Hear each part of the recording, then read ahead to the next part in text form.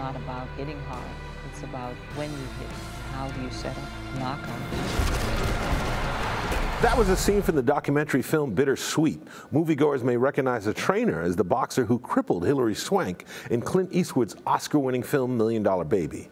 This documentary is one of several films in competition at this year's First Time Film Festival. Welcome back to Rise on Screen. I recently sat down with co-founder Johanna Bennett and David Schwartz, director of programming, for this very unique film festival. Now in its second year, I asked Johanna, what was the initial impetus for creating a festival for first-time filmmakers? We kept seeing projects come our way that would have a first-time writer attached, or a first-time director attached, or even a first-time anything attached. And we couldn't get anybody to actually look at it that could take it to the next level, or any money person to look at it that could actually even give it a little bit of financing to go out and find more financing, because there was somebody who it was their first time.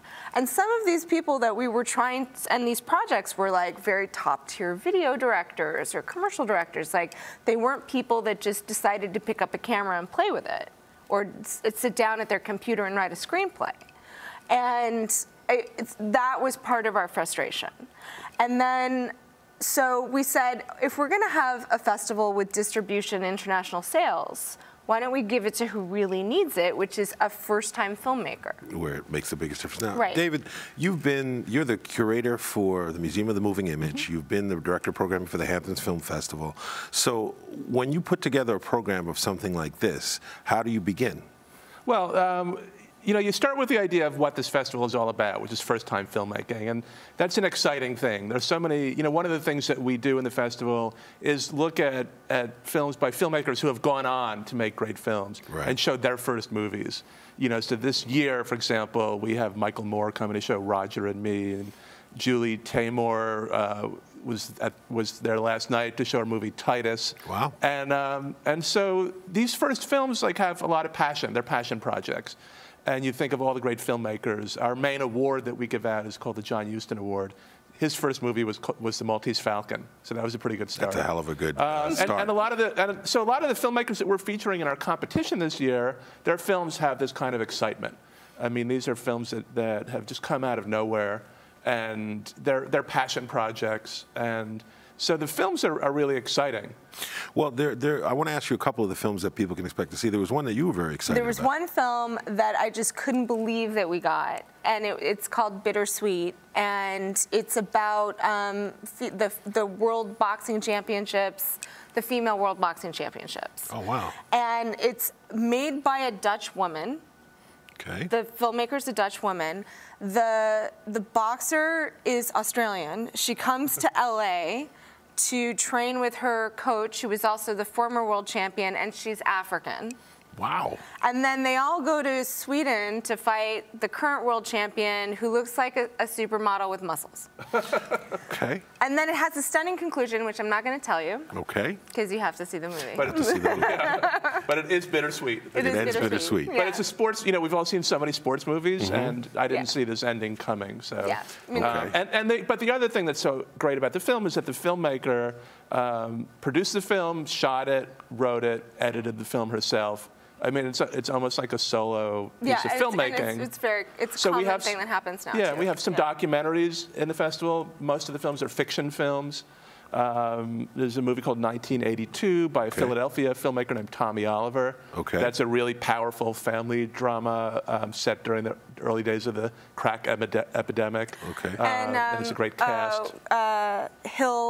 Harper is in it, who's on CSI, sure, so people are going to pretty well recognize now, him. When is the fest? When does it begin? When does it end? And where is it going to be held? April 3rd through 7th. All of our panels, because the other side of First Time Fest is really a teaching tool. From our first exposure series to our panels our panel series is called How They Did It, and they're really like master classes. They're not panels. They're intimate. It's questions and answers. Slash is coming to do a bunch of stuff. Slash is coming. Well, this is airing on Saturday, so Slash is coming tonight. And he's going to show the first film that he produced with his new company, Slasher Films. Okay. And it's called Nothing Left to Fear. It's awesome. But what we what we originally asked Slash to do was to come and do From Rock to Score. Wow, okay. So, well, this sounds like a pretty exciting fest. And so people can get tickets online and whatnot? They can get tickets online. They can get them through our website. They can get them through Eventbrite. And they can get them at the theater and at Neue House. Well, thank you both for coming down. Oh, it's a pleasure. I'm going to be at the festival myself. So Great. Thank you, Johanna Bennett, David Schwartz. And you're watching Arise on Screen, and we'll be right back. It's been called one of the most original films in years. The British-American science fiction movie Under the Skin is strange, erotic, and compelling. The film stars Scarlett Johansson as an alien who preys on men, and it's not like anything else you'll see this year. But is it any good? We'll tell you when we return here on Arise on Screen. There's certain news programs that have a Democrat and a Republican, and all they do is, here's the Democrat saying his side, and the Republican say, you know, it's a little debate show, but not everybody is a sort of an extremist on one side or the other. People are in the middle a lot more. Arise News, every culture, every angle. I'm Mike Sargent with Arise on Screen with a Black Film History Spotlight. Did you know that on July 30th, 2013, Cheryl Boone Isaacs was elected the 35th president of the Academy of Motion Picture Arts and Sciences? She's the first African American to hold this office and only the third woman since the organization's inception in 1927. So what we do is we bring together experts and analysts and thought leaders and CEOs and companies across many industries to not only provide the macroeconomic view, but news everyday people can use. No girlfriend, really. You're very charming.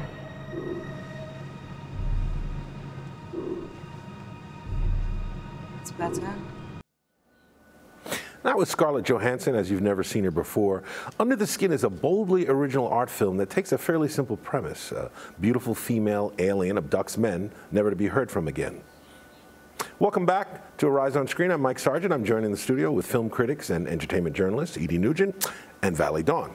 Now, Edie, you were with me on this film. I like this film. I found it disturbing. Oh, yeah. I found it confusing. Sure. And I didn't, you know, I have this habit of I didn't want to know anything about the film before I go in. I didn't even know it was science fiction. Yeah. And I went in and I was completely taken in. Yeah. It was weird. It was otherworldly. I liked how she picked up the men and the shots, almost like a documentary. Those are the things that work for you as well? Absolutely. I really am in full agreement. I also didn't want to spoil it, and I tried not to read, you know, as much as possible to let it kind of just wash over me. And from that opening moment where you don't know what you're looking at on screen, it really just kind of sets the tone for the audience to let them know, you know, this is not going to be what you expect, and you just kind of have to let it unfold. Definitely, and it's a very well-worn science fiction premise. We've seen it a million times, and I thought he did something very original. Now, you on the other hand, Valli, this is a film that we're supposed to get that we're seeing Earth and the world through alien eyes, which is Scarlett Johansson, but you felt it was too much of her, and tell me why you didn't like this movie. I'm down with the premise. I just felt like it was self-indulgent. I felt like the shots were lingering. I felt like we could have tightened it up, and more of us would have been right there along. But I just felt like she spoke 20 words, maybe in the whole film, and there were long, lingering glances of her eyes and her soulful gaze, and I just felt like it really could have still been artistic, but tightened up a little bit. You know, it's interesting because I had a conversation at this film fest the other day with an artist who said to me how much he loved Jonathan Glazer and how amazing the film is, and how, you know, Steve McQueen is no Jonathan Glazer. And I thought that was pretty bold and a bold statement to make, because I like this. I like what he did. I don't know that I would say it's as strong as other things I've seen, but I thought he took a very common premise and made it original. Now, one last thing, the music. Now, I thought the music worked, how it went, it became this super heightened, loud, in your face, what are we listening to music, and then it would just fade out.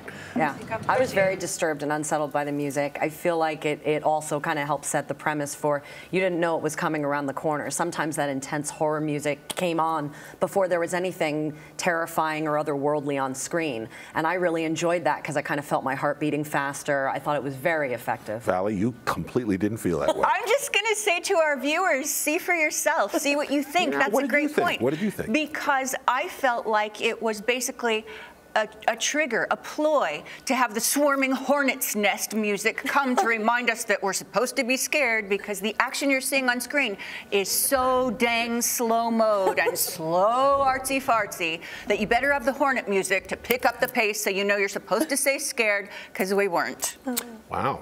Well, tell us how you really feel. Well, and I watched it in a theater. Normally I go to a screening. People were texting, people left, people were like not feeling on their Facebook. Okay. Yeah, there were some. Well, we're going to move on.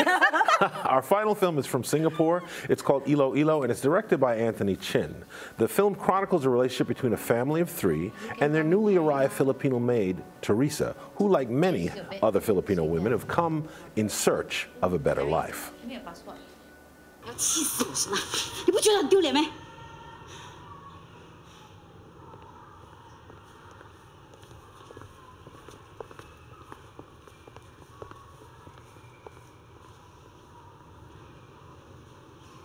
Why are you dressed like that? Huh?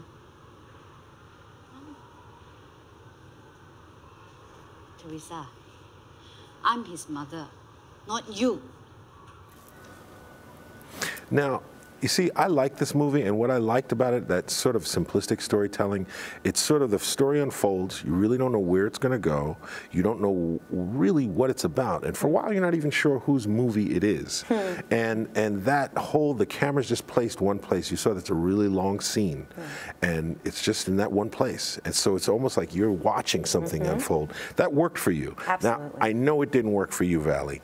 So tell me why you didn't like this, because you thought this was pointless. Whose movie is it? Who cares? I always ask myself when we're reviewing a film, what made this story worthy of being told? Why, out of all the champions or triumphs or tragedies? And by the end of this, and I'm not going to say what the quote end was, but by the end I was, really? That's it? Oh my gosh, I was always hoping it would pick up. It seemed to me almost like a documentary where we were just watching intermittent snippets of not a particular protagonist, but really more a commentary on society. Now, Edie, you felt very differently, and I agree with most of your comments. You felt that it was showing a lot about the culture and that it's about the 2 women. Tell me your thoughts. Yeah, well, I thought this was really the movie of the 2 women, the stories of 2 women in, you know, this 1997 Asian financial crisis.